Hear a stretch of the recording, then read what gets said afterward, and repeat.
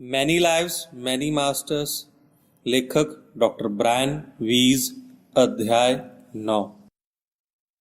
हर सप्ताह कैथरीन के अंदर से मनोविक्षेप, डर और व्याकुलता की बाकी परतें हट रही थी। प्रत्येक सप्ताह में वह ज्यादा शांत, कोमल और धैर्यवान दिख रही थी। वह काफी आत्मविश्वास से भरी थी और लोग उसकी ओर आकर्षित हो रहे थे। वह अपने अंदर प्रेम महसूस कर रही थी और दूसरे लोग भी उसे बदले में प्रेम दे रहे थे। सभी उसे देखते तो उन्हें लगता कि उसके व्यक्तित्व की अंदरूनी चमक सच्चे हीरे जैसी है। कैथरीन की प्रतिगमन अवधि हजारों साल लंबी थी। हर बार जब वह एक संमोहन समाधि में प्रवेश करती थी तो मुझे अंदाजा नहीं होता था कि वहां उसका कौन सा जीवन काल उभर कर सामने आएगा। प्रागैतिहासिक काल की गुफाओं से प्राचीन मिस्र और वर्तमान आधुनिक काल तक वह पहुंच चुकी थी और उसके सभी जीवनों में बहुत प्यार से देखा गया, कहीं समय के पार देवात्माओं के जरिए। आज के सत्र में वह 12वीं सदी में नजर आई थी, लेकिन आज जैसी कैथरीन के रूप में नहीं। मैंने एक हवाई जहाज का आगे का हिस्सा और हवाई पट्टी देखी, एक तरह की हवाई पट्टी। वह धीरे से फुसफुसाई, क्या तुम जानती हो वह विमान कहाँ है? मैं नहीं देख सकती एलिस्टियन। इसके बाद उसने ज्यादा विश्वास से कहा, एलिस्टियन फ्रांस में? मैं नहीं जानती, सिर्फ एलिस्टियन। मैंने वॉन मार्क्स का नाम देखा। वॉन मार्क्स एक तरह का भूरा हेलमेट या हैट, चश्मे के साथ एक हैट जो उसके ऊपर था। फौज बर्बाद हो चुकी थी। वह काफी सुदूर इलाका लग रहा था। मुझे नहीं लगता कि उसके पास कोई कस्बा होगा। तुमने क्या देखा? मैंने ध्वस्त भवनों को देखा, मैंने इमारतों को देखा। जमीन अशांत है, धमाकों से, बमबारी से। वह छुपा हुआ अच्छा इलाका था। तुम वहां क्या कर रही हो? मैं घायलों के साथ हूं, उनकी मदद कर रही हूं। वे उन्हें दूर ले जा रहे हैं। खुद को देखो, अपने बारे में बताओ। नीचे की ओर देखो और बताओ तुमने क्या पहन रखा है। मैंने एक तरह का जैकेट पहना हुआ है। मेरे बाल सुनहरे हैं और आंखें नीली है। मेरी जैकेट बहुत गंदी है। वहां कई घायल लोग हैं। क्या तुमने घायलों की मदद के लिए प्रशिक्षण लिया है? नहीं। क्या तुम वहां रहती हो या तुम किसी और जगह से वहां लाई गई हो? तुम कहाँ रहती हो? मैं नहीं जानती। तुम्हारी उम्र क्या है? 35 वर्ष। कैथरीन खुद 29 साल की थी और उसकी आंखें हल्की भूरी थी, न कि नीली। मैंने प्रश्न जारी रखे, क्या तुम्हारा कोई नाम है? क्या वह जैकेट पर लिखा है? जैकेट के ऊपर पंख बने हैं। मैं एक पायलट हूं, एक तरह का विमान चालक। तुम हवाई जहाज उड़ाते हो? हाँ, मैं ऐसा करता हूं। तुम्हें कौन ऐसा करने देता है? मैं नौकरी में हूं, यही मेरा काम है। क्या तुमने बम भी गिराए हैं? हमारे विमान पर गोले दागने वाली गन है। वहां एक दिशा सूचक यंत्र भी है। तुम किस तरह का विमान उड़ाते हो? एक तरह का हेलीकॉप्टर विमान। उसके 4 इंजन हैं, फिक्स्ड विंग हैं। मैं काफी खुश था क्योंकि कैथरीन विमानों के बारे में कुछ नहीं जानती थी। मैं अचंभित था, वह फिक्स्ड विंग के बारे में क्या सोचेगी, क्योंकि उसे मक्खन बनाना या मृत शरीर पर संलेपन करना ही पता था। सम्मोहन समाधि में उसके पास अथाह ज्ञान भरा हुआ था। इस ज्ञान का केवल एक हिस्सा, हालांकि उसके लिए चैतन्य दिमाग में हर दिन उपलब्ध था। मैंने फिर दबाव बनाया, क्या तुम्हारा परिवार है? वे मेरे साथ नहीं हैं। क्या वे सुरक्षित है? मैं नहीं जानता। मैं डरा हुआ हूँ, भयभीत हूँ कि वे लौट आएंगे। मेरे दोस्त मर रहे हैं। तुम किसके वापस आने से डरी हुई हो? दुश्मन के। वह कौन है? विदेशी, सशस्त्र अमेरिकी सेना, फिरंगी। क्या तुम अपने परिवार को याद करते हो? उन्हें याद करना यहाँ काफी उलझन है।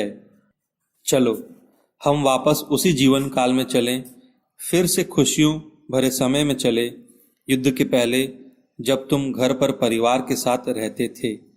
क्या तुम वह देख सकते हो?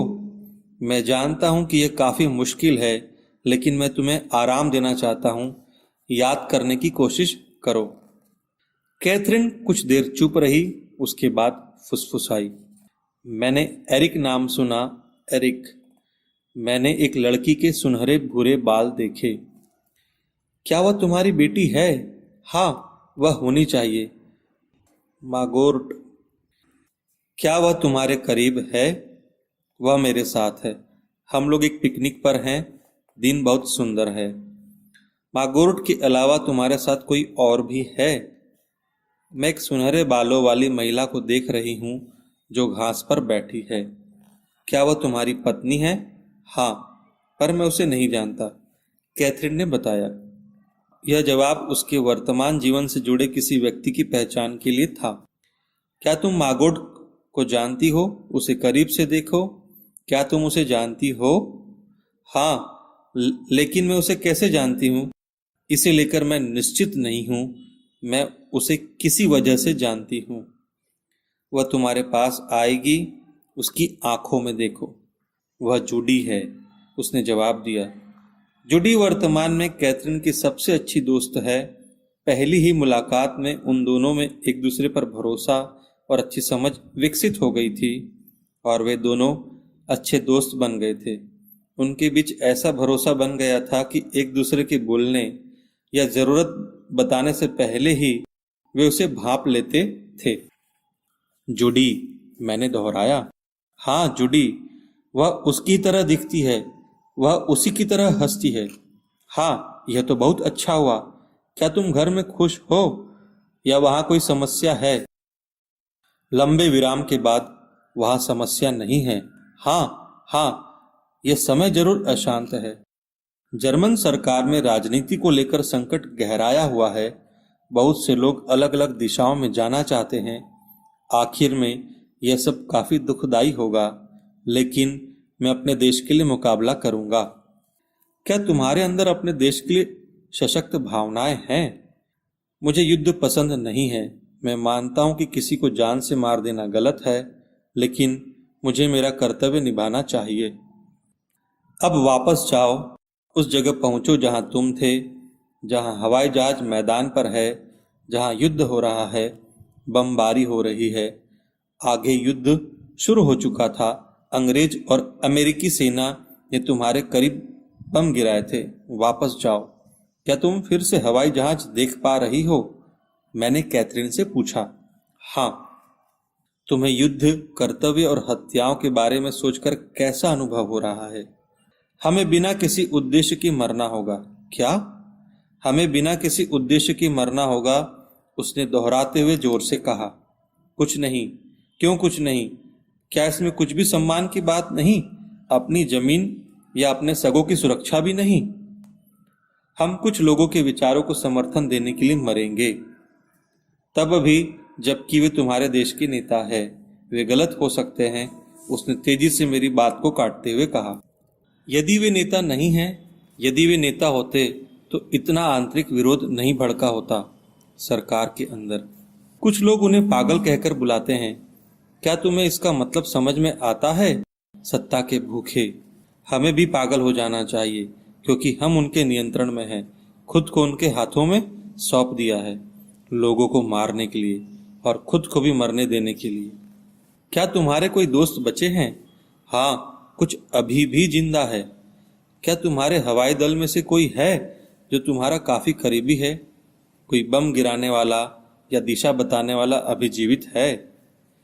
मैंने उन्हें नहीं देखा, लेकिन मेरे विमानों को नुकसान नहीं पहुंचा है। क्या तुम फिर से विमान उड़ाओगे? हाँ, हमें पट्टी पर जाकर बाकी विमानों को हटा लेना चाहिए, उनकी वापसी से पहले। अपने विमान में जाओ, मैंने कैथरीन को निर्देश दिया। मैं नहीं जाना चाहती, यह मेरे साथ सौदेबाजी करने जैसा था। लेकिन तुम्हें उसे जमीन से हटा लेना चाहिए, यह बड़ी बेवकूफ़ी होगी। युद्ध के पहले तुम किस तरह का काम करते थे, तुम्हें याद है? एरिक क्या करता था? मैं वायुसेना में दूसरे दर्जे का अधिकारी था। एक छोटे विमान पर, वहां कुछ विमान मालवाहक भी थे। मतलब तुम पायलट थे? हाँ, वे तुम्हें अक्सर घर से काफी दूर रखते हैं। हाँ, कैथरीन ने बहुत कोमलता व उदासी में भरकर जवाब दिया।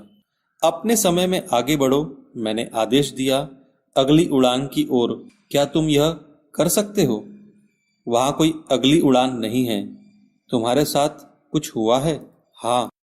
वह तेजी से सांस लेने लगी। वह काफी उत्तेजित हो गई थी। वह अपने मरने के दिन की ओर आगे बढ़ चुकी थी। क्या हो रहा है? मैं आग से डरकर भाग रहा हूँ। मेरा दल आग के कारण बिखर गया है। क्या तुम इस हादसे में बच गए हो? कोई भी जीवित नहीं बचा। युद्ध से कोई नहीं बचा। मैं मर रहा हूँ। उसकी सांसें काफी भारी हो रही थी। खून, हर जगह खून है। मेरी छाती में दर्द है। मेरी छाती पर प्रहार हुआ है और मेरे पैर और मेरा गला बहुत दर्द है। वह वेदना में थी, लेकिन जल्दी ही उसकी सांसें सामान्य और ज्यादा नियमित हो गई। उसके चेहरे की मांसपेशियां तनाव मुक्त हो गई थी और वह काफी शांत व चिंता मुक्त लग रही थी। मैं इस बदली हुई अवस्था की स्थिरता को समझ गया था। तुम बढ़िया आरामदायक स्थिति में नजर आ रही हो। क्या सब कुछ खत्म हो गया? वह रुकी और उसने बाद में आराम से जवाब दिया। मैं उड़ रही हूँ, अपने शरीर से दूर। मेरे पास शरीर नहीं है। मैं फिर से आत्मा हूँ। अच्छा, आराम करो। यह तुम्हारा काफी कठिन जीवन काल था। काफी मुश्किल से तुम्हारी मृत्यु हुई। तुम्हें आराम की जरूरत है। खुद को तरोताजा करने की जरूरत है। बताओ, इस जीवन काल में तुमने क्या सीखा? मैंने नफरत के बारे में सीखा। बेवजह की हत्याएं, गलत दिशा भरी नफरत। जो लोग नफरत करते हैं और जानते भी नहीं कि वे क्यों ऐसा कर रहे हैं। जब मैं शरीर अवस्था में था तो शैतानों के द्वारा संचालित था। क्या यह देश के प्रति कर्तव्य से बढ़कर है? ऐसा है क्या जिससे तुम हत्याएं रोक सकते हो? यदि तुम्हें आदेश भी मिला तब भी? स्वयं के प्रति एक कर्तव्य। हाँ, लेकिन उसने विस्तार से नहीं बताया। अब तुम किस चीज का इंतजार कर रही हो? हाँ, मैं पुनरुद्धार की अवस्था में जाने की प्रतीक्षा में हूं। मुझे प्रतीक्षा करनी चाहिए। वे मेरे लिए आएंगे। वे आएंगे। अच्छा, जब वे आएंगे तो मैं उनसे बातें करना पसंद करूंगा। हमने कई घंटों से भी ज्यादा इंतजार किया। अचानक उसकी आवाज ऊंची और भर्राई सी हो गई और वह कवि आत्मा की शैली की बजाय ठीक वास्तविक देवात्मा की तरह बोलने लगी। तुम्हारा यह मानना सही था कि भौतिक अवस्था में जो है उनके लिए यही सही इलाज है। तुम्हें उनके दिमागों से डर को निकाल फेंकना चाहिए। अगर उनके दिमागों में डर मौजूद है तो यह ऊर्जा की बर्बादी है। यह उन्हें संतुष्टि प्राप्त करने से रोकता है जिसे वे प्राप्त करने भेजे गए थे। अपने आसपास के संकेतों को प्राप्त करो। उन्हें सबसे पहले गहरे स्तर पर ले जाओ, जहां वे अपने शरीर को महसूस नहीं कर सके। तब तुम उन तक पहुंच सकते हो। यह केवल सतह पर ही है कि समस्याएं वर्तमान रहती है। उनकी आत्माओं की गहराइयों में जहां विचार उत्पन्न होते हैं, तुम्हें उन तक पहुंचना चाहिए। ऊर्जा, सब कुछ ऊर्जा है। काफी बेकार जा चुकी है पहाड़ों में। पहाड़ों के अंदर काफी शांति है। उनके केंद्र में शांति है, लेकिन बाहर समस्याएं हैं। साधारण मानव सिर्फ बाहर की ओर देख सकता है, लेकिन तुम काफी गहराई में जा सकते हो। तुम ज्वालामुखी को देख सकते हो। ऐसा करने के लिए तुम्हारे अंदर की ओर जाना होगा। शरीर अवस्था में रहना असामान्य होता है, लेकिन जब तुम आध्यात्मिक अवस्था में हो तो यह प्राकृतिक है। जब हम वापस भेजे जाते हैं तो ऐसा लगता है कि वहां भेजे जा रहे हैं जिसे कि हम नहीं जानते हैं। इसे लंबे समय तक धारण करना होगा। आत्माओं की दुनिया में आपको इंतजार करना होगा। तब कहीं जाकर पुनरुद्धार होता है। यह नवीनीकरण की अवस्था है। यह आयाम है, बाकी आयाम जैसा, जहां आप उस अवस्था तक पहुंचने में लगभग सफल हो चुके हैं। इस अवस्था से मैं हैरानी में पड़ गया। मैं कैसे नवीनीकरण की उस अवस्था तक पहुंच सकता हूं? मैं अधिकांश अवस्थाओं तक पहुंच चुका हूं। मैंने सहजता से पूछा। हाँ, तुम बाकी लोगों से ज्यादा जानते हो, तुम ज्यादा समझ गए हो, उनके साथ तुम धैर्य रखो। उनके पास वह ज्ञान नहीं है जो तुम्हारे पास है। तुम्हारी मदद के लिए देवदूतों को भेजा जाएगा, लेकिन तुम जो कर रहे हो वह सही है, इसे जारी रखे। यह ऊर्जा कभी भी व्यर्थ नहीं जाना चाहिए। तुम्हें डर से मुक्त होना चाहिए। यह एक अच्छा हथियार होगा। इसके बाद देवात्मा चुप हो गई। मैंने इस अविश्वसनीय संदेश के गूढ़ अर्थ पर मनन किया। मैं जानता था कि मैंने कैथरीन के डरों को बाहर निकालने में सफलता पा ली है, लेकिन यह संदेश कुछ ज्यादा वैश्विक अर्थ लिए था। एक चिकित्सकीय साधन के रूप में सम्मोहन की प्रभावशीलता का पुष्टिकरण ज्यादा था। इसमें पूर्व जीवन काल के प्रतिगमन से ज्यादा जुड़ना पड़ता था, जबकि एक एक करके आम लोगों पर इसे लागू करना मुश्किल होगा। नहीं, मुझे लगता है यह मौत के डर से संबंध रखता है, जो ज्वालामुखी की गहराई में समाया है। मरने का डर, वह छुपा डर, स्थायी डर, जिसे कितने भी धन या ताकत से निष्क्रिय नहीं किया जा सकता। बस यही सार है। लेकिन यदि लोग जान जाते हैं कि जीवन अनंत है, मतलब हम कभी नहीं मरते, हम वास्तव में कभी जन्म भी नहीं लेते हैं, तो ये सभी डर खत्म हो सकते हैं। यदि वे जान जाए कि वे अनगिनत बार जन्म ले चुके हैं और उसके बाद अनगिनत बार जन्म लेंगे, तो वे कितना आश्वस्त अनुभव करेंगे। यदि उन्हें पता हो कि जब वे शरीर अवस्था में होते हैं और मौत के बाद एक आध्यात्मिक अवस्था में होते हैं, तो उनकी मदद के लिए आत्माएं आसपास ही मौजूद होती है। वे अपने सगे संबंधियों के साथ उन आत्माओं से जुड़ सकते हैं। सोचिए, ऐसा होने पर वे कितने आराम में रहेंगे। यदि उन्हें जानकारी हो कि अभिभावक देवदूत भी वास्तव में होते हैं, तो वे कितनी ज्यादा सुरक्षा महसूस करेंगे। या वे जान जाए कि उनके हिंसक काम और लोगों के अन्याय दर्ज किए जा रहे हैं और उन्हें किसी अन्य जीवन काल में उन्हें चुकाना हो, तो प्रतिहिंसा के लिए उनका गुस्सा और चाह कितनी कम मन में रहेगी। और यदि उन्हें निश्चित ही ज्ञात हो कि ज्ञान से ईश्वर तक पहुंचा जा सकता है, तो भौतिक संपत्ति और सत्ता का क्या उपयोग, क्योंकि वे सब खुद में खत्म हो जाने वाली होती है, उस ईश्वर तक पहुंचने का साधन नहीं बनती। लालची होने या सत्ता की भूख रखने का भी कोई महत्व नहीं होता, लेकिन इस ज्ञान के साथ लोगों तक कैसे पहुंचा जा सकता है। अधिकांश लोग अपने चर्च, पूजा घरों, मस्जिद या मंदिरों में प्रार्थना करते हैं, जो कि आत्मा की अमरता के लिए होती है, पर प्रार्थना पूजा के बाद वे फिर से अपनी स्पर्धात्मक मस्ती, लालच, चालबाजी, स्वार्थमयता में वापस लौट जाते हैं। ये सभी काम आत्मा के विकास में बाधक बनते हैं। तो यदि विश्वास पर्याप्त नहीं हो तो विज्ञान मदद कर सकता है।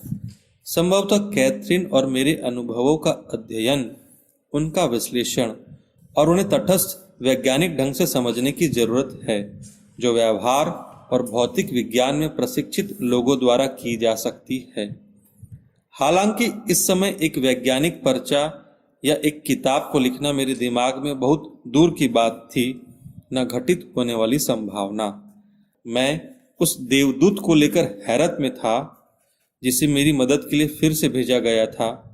मेरी मदद, पर किस लिए? कैथरीन ने हलचल की और धीरे से फुसफुसाने लगी। कोई व्यक्ति था, गिडॉन। किसी व्यक्ति का नाम गिडॉन है? गिडॉन? वह मुझसे बात करने की कोशिश कर रहा है। उसने क्या कहा? वह मुझे घेरे हुए है, वह रुकना नहीं चाहता है, वह अभिभावक जैसा है कोई चीज, लेकिन अब वह मेरे साथ खेल रहा है। क्या वह तुम्हारे अभिभावकों में से एक है? हाँ, लेकिन वह खेल रहा है। वह इस वक्त चारों ओर उछल रहा है। मैं सोचती हूँ कि वह मुझे बताना चाहता है कि वह मेरे चारों तरफ है, हर जगह। गिडॉन, मैंने दोहराया, वह वहां है। उसके होने से तुम सुरक्षित महसूस करती हो? हाँ, जब मुझे उसकी जरूरत होगी वह वापस आएगा। अच्छा, वह तुम्हारे आसपास अन्य आत्माएं भी हैं? उसने परम चेतना वाली मनोस्थिति में धीरे से जवाब दिया। ओह हाँ, कई आत्माएं, वे तब आती है जब वे चाहती हैं, वे आती है जब वे चाहती हैं। हम सभी आत्माएं हैं, लेकिन कुछ कुछ भौतिक अवस्था में हैं और पुनरुद्धार की अवधि में हैं, कुछ अन्य अभिभावक है, लेकिन हम सभी वहां से जाएंगे। हम भी अभिभावक रहे हैं। हम सीखने के लिए वापस क्यों आते हैं? हम आत्मा रूप में रहकर सबक क्यों नहीं सीख सकते? सीखने के लिए कई स्तर होते हैं और उनमें से कुछ शरीर में सीखे जाते हैं। हमें दर्द जरूर महसूस करना चाहिए। जब आप एक आत्मा रूप में होते हैं तो आपको कोई दर्द महसूस नहीं होता। यह पुनरुद्धार का समय होता है, आपकी आत्मा नहीं होती है। जब आप शरीर रूप में होते हैं तो दर्द को महसूस कर सकते हैं, आप घायल भी हो सकते हैं। आत्मा रूप में आप कुछ भी महसूस नहीं करते हैं। इसमें मात्र आनंद और निरोग होने का एहसास होता है। लेकिन हमारे लिए यह एक नवीनीकरण का समय है। आध्यात्मिक अवस्था में लोगों के बीच पारस्परिक व्यवहार अलग होता है। जब आप शरीर अवस्था में होते हैं तभी आप संबंधों को अनुभव कर सकते हैं। मैं समझ गया, यह ठीक ही होगा। वह फिर से चुप हो गई। इस बीच कई मिनट गुजर गए। मैंने एक सवारी गाड़ी देखी। उसने फिर बताना शुरू किया, नीली सवारी गाड़ी। बच्चों की गाड़ी? मैंने पूछा। नहीं, एक गाड़ी जिसकी सवारी की जाती है। वह कुछ नीली है, ऊपरी किनारा नीला है, अंदर से भी नीली है। क्या घोड़े उसे खींच रहे हैं? उसके पहिए बड़े हैं। मैंने उसमें किसी को बैठे हुए नहीं देखा, लेकिन दो घोड़े उसे खींच रहे थे, जिसमें एक स्लेटी रंग का और दूसरा भूरा है। स्लेटी वाले का नाम एप्पल है क्योंकि उसे सेब पसंद है। दूसरे का नाम ड्यूक है। वे दोनों बहुत अच्छे हैं। वे आपको कभी नहीं काटते हैं। उनके पैर बड़े हैं, बड़े बड़े पैर। क्या वे बहुत सामान्य किस्म के घोड़े हैं या कोई अलग किस्म के? नहीं, वे काफी अच्छे घोड़े हैं। क्या तुम वहां हो? हाँ, मैं उनकी बड़ी नाक देख सकता हूँ। वह मुझसे काफी बड़ा है। क्या तुमने घोड़ा गाड़ी चलाई है? उसके जवाबों से मैं जान गया कि वह एक बच्चे के रूप में थी। वहाँ घोड़े हैं, वह एक लड़का भी है। तुम कितने साल के हो? बहुत छोटा, मैं नहीं जानती। मुझे नहीं पता कि यह गणना कैसे करते हैं। क्या तुम उस लड़के को जानती हो, तुम्हारा दोस्त या भाई? वह एक पड़ोसी है। वह वहां है पार्टी के लिए। वह एक शादी जैसा कुछ हो रहा है। क्या तुम जानती हो किसकी शादी हो रही है? नहीं, हमें कहा गया है कि गंदे नहीं होना है। मेरे बाल भूरे हैं। जूतों में बटन है जो बाहर की ओर खुलते हैं। क्या तुम शादी के कपड़े पहने हो? बहुत अच्छे से कपड़े। वे सफेद हैं, एक तरह के सफेद कपड़े जिसमें रंग बिरंगे कपड़ों के फुंदे लगे हैं। वे पीछे से जुड़े हैं। क्या तुम्हारा घर पास में है? वह काफी बड़ा घर है, बच्चे ने जवाब दिया। क्या तुम वहीं रहते हो? हाँ। अच्छा, अब तुम अपने घर के अंदर देख सकते हो। यह ठीक है। आज का दिन महत्वपूर्ण दिन है। बाकी लोग भी अच्छे कपड़े पहने हुए हैं, काफी विशेष कपड़े पहने हुए हैं। वहाँ खाना पक रहा है, तरह तरह का बहुत सारा खाना। क्या तुम गंध महसूस कर सकते हो? हाँ, वे लोग एक तरह की रोटी तैयार कर रहे हैं। रोटी, मांस। हमें कहा गया है कि एक बार फिर से बाहर चले जाओ। इससे मैं काफी खुश था। मैंने उससे कहा कि अंदर सब कुछ सही था और अब उसे बाहर आने के निर्देश मिल चुके हैं। क्या वे तुम्हें नाम लेकर बुलाते हैं? मैंडी, मैंडी और एडवर्ड। क्या वह लड़का है? हाँ। वे नहीं चाहते कि तुम घर में रुको। नहीं, वे काफी व्यस्त हैं। इसके बारे में तुम कैसा महसूस करते हो? हम इसकी परवाह नहीं करते हैं, लेकिन साफ बने रहना काफी मुश्किल है। हम कुछ भी नहीं कर सकते हैं। क्या तुम शादी में शामिल हुए बाद में उस दिन? हाँ, मैंने कई लोगों को देखा। कमरे में काफी लोग हैं, बहुत गर्मी है। एक गर्म दिन। वहाँ एक पादरी है। उस पादरी के पास एक अजीब सी टोपी है, एक बड़ी टोपी, काली। वह उसके चेहरे पर आ गई है कई तरह से। क्या यह तुम्हारे परिवार के खुशियों भरा समय है? हाँ, क्या तुम जानती हो कि किसकी शादी हो रही है? मेरी बहन की। क्या वह ज्यादा बड़ी है? हाँ। क्या तुमने उसे अभी देखा? क्या वह शादी का जोड़ा पहने हैं? हाँ। क्या वह अच्छी दिख रही है? हाँ। उसके बालों के चारों ओर बहुत सारे फूल हैं। उसे जरा पास से देखो। क्या तुम उसे पहले से ही जानती हो? उसकी आंखें देखो, उसका मुंह देखो। हाँ, मैं सोचती हूँ कि वह बेकी है, लेकिन वह तो बहुत छोटी है, काफी छोटी है। बेकी कैथरीन की दोस्त और सहकर्मी थी। वे काफी करीबी थे। हालांकि कैथरीन को बेकी का उसके मामलों और फैसलों में घुसना पसंद नहीं था। आखिरकार वह उसकी दोस्त थी, न कि परिवार की सदस्य। लेकिन अब भी अंतर साफ नहीं था। वह वह मुझे पसंद करती है और मैं उसके सामने खड़ा हो सकता हूँ क्योंकि वह चाहती है। अच्छा, अपने आसपास देखो। क्या तुम्हारे माता पिता वहां है? हाँ। क्या वे तुम्हें काफी चाहते हैं? हाँ। बहुत अच्छा। उन्हें जरा करीब से देखो। पहले अपनी माँ को देखो। क्या तुम्हें कुछ याद आ रहा है? उनके चेहरे की ओर देखो। कैथरीन ने कई गहरी सांसें ली। मैं उन्हें नहीं जानती। पिता की ओर देखो। उन्हें करीब से देखो। उनकी मुख मुद्रा को देखो। उनकी आंखें, उनके मुंह की ओर देखो। क्या तुम उन्हें जानती हो? वह स्टुअर्ट है, उसने बड़ी तेजी से जवाब दिया। तो स्टुअर्ट एक बार फिर से उसके जीवन में प्रकट हो गया था। यह आगे जानने के लिए उपयोगी जानकारी थी। तुम्हारे उसके साथ किस तरह के संबंध थे? मैं उसे बहुत प्यार करती थी। वह मेरे लिए काफी अच्छी थी, लेकिन वह सोचता था कि मैं एक उपद्रवी हूँ। उसकी सोच है कि बच्चे उपद्रवी होते हैं। क्या वह काफी गंभीर है? नहीं, वह हमारे साथ खेलना पसंद करता है, लेकिन हम उससे काफी सवाल पूछते हैं।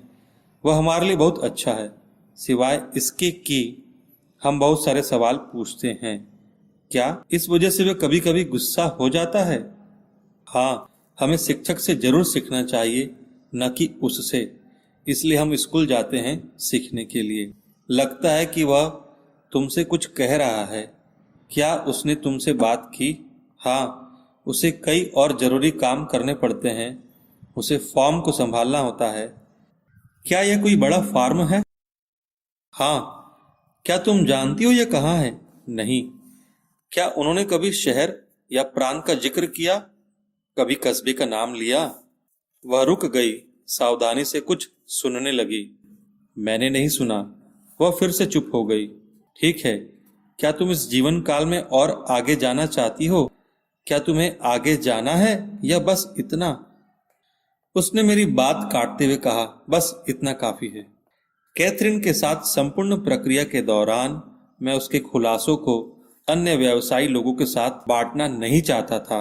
वास्तव में कैरल और कुछ अन्य, जिन्हें मैं सुरक्षित मानता था, मैंने इन महत्वपूर्ण जानकारियों को अभी तक किसी अन्य के साथ बांटा नहीं था।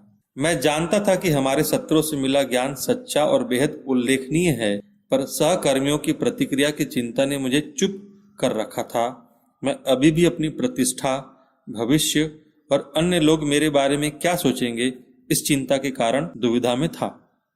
कैथरीन के होठों से हफ्ते दर हफ्ते निकलने वाले प्रमाणों से मेरा व्यक्तिगत संदेह दूर हो चुका था।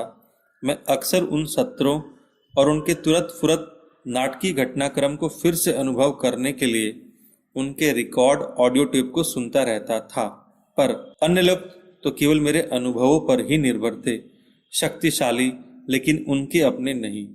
मैं खुद को और ज्यादा आंकड़े जमा करने के लिए विवश अनुभव कर रहा था। जैसे जैसे मैं उन संदेशों को अपनाता और उन पर भरोसा करता गया, मेरा जीवन सरल और पहले से ज्यादा संतुष्ट हो गया। अब इसकी कोई आवश्यकता नहीं थी कि अपनी अलग भूमिका की जाए, अभिनय किया जाए या वह बना जाए जो मैं नहीं हूँ। मेरे रिश्ते ज्यादा ईमानदारी भरे और सरल हो गए थे। पारिवारिक जीवन कम उलझन भरा और ज्यादा आरामदायक हो गया था। कैथरीन के माध्यम से मिले ज्ञान को बांटने की मेरी अनिच्छा भी धीरे धीरे कम होती गई। आश्चर्यजनक रूप से अधिकांश लोगों ने बहुत दिलचस्पी दिखाई। और वे बहुत कुछ जानना चाहते थे। कईयों ने मुझे अपने निजी पारलौकिक घटनाओं के अनुभव भी बताए, जो कि ईएसपी, देजावु, शरीर से बाहर रहने के अनुभव, पूर्व जन्म के सपने या ऐसे ही कुछ थे। इनमें से कई ने तो उनके बारे में अपनी जीवन साथी तक को नहीं बताया था।